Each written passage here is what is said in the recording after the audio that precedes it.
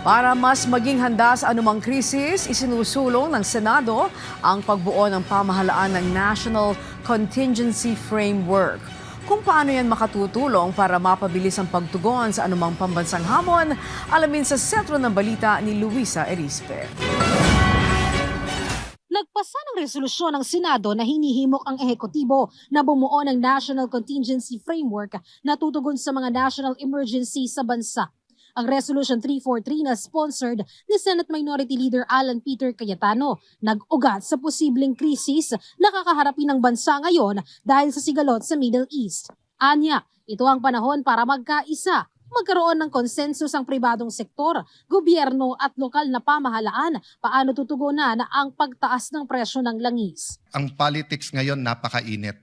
Pero kailangan natin, if there are two words that I want to leave or two concepts today after the sponsorship is one, consensus. That is the spirit of this resolution.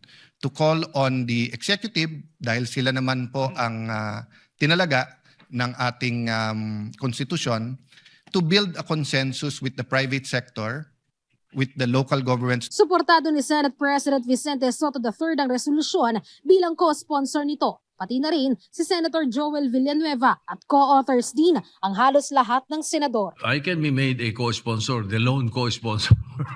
That would be an honor, Mr. I'm President. the only one who did not sign because I was late. I was not able to read it before you filed it. Well, you're only late once. I'm late all the time, Mr. President. So it will be an honor if you will be the principal sponsor. I will be honored if I am made a co-sponsor of the measure. Hindi sapat ang plano lamang.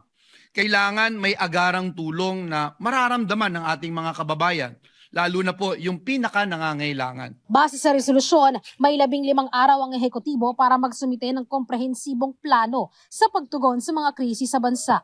Sa ilalim nito, dapat magkaroon ng plano para sa koordinasyon, pagkakategorya ng krisis, contingency planning, pagprotekta sa mga OFW at repatriation kapag may krisis at whole of nation na mga pagtugon. Ito na ang magiging permanenteng basehan paano tutugon ang bansa hindi lang sa krisis sa langis kundi sa ibang posibleng problema na dumating sa Pilipinas. Samantala, hinimok din naman sa Senado na agarang makapagbigay ng ayuda sa mga mangingisda at magsasaka dahil sa taas presyo ng langis. Ayon kay Senator Sherwin Gatchalian, mayroon ng 75 million pesos na fuel subsidy sa ilalim ng DA-BIFAR sa 2025 GAA na pwede nang ipamahagi. Kahapon sa pagdinig ng Committee on Agriculture, Food and Agrarian Reform, sinabi na ng Bureau of Fisheries and Aquatic Resources handa na itong ipamigay sa 15,000 na mga mangingisda at makakatanggap sila ng tig 3,000 pisong ayuda. Ipapastak natin kasi right now, yung budget natin for 2026, kasi nakadeposit na po sa DBP, sir, Mr. Chair.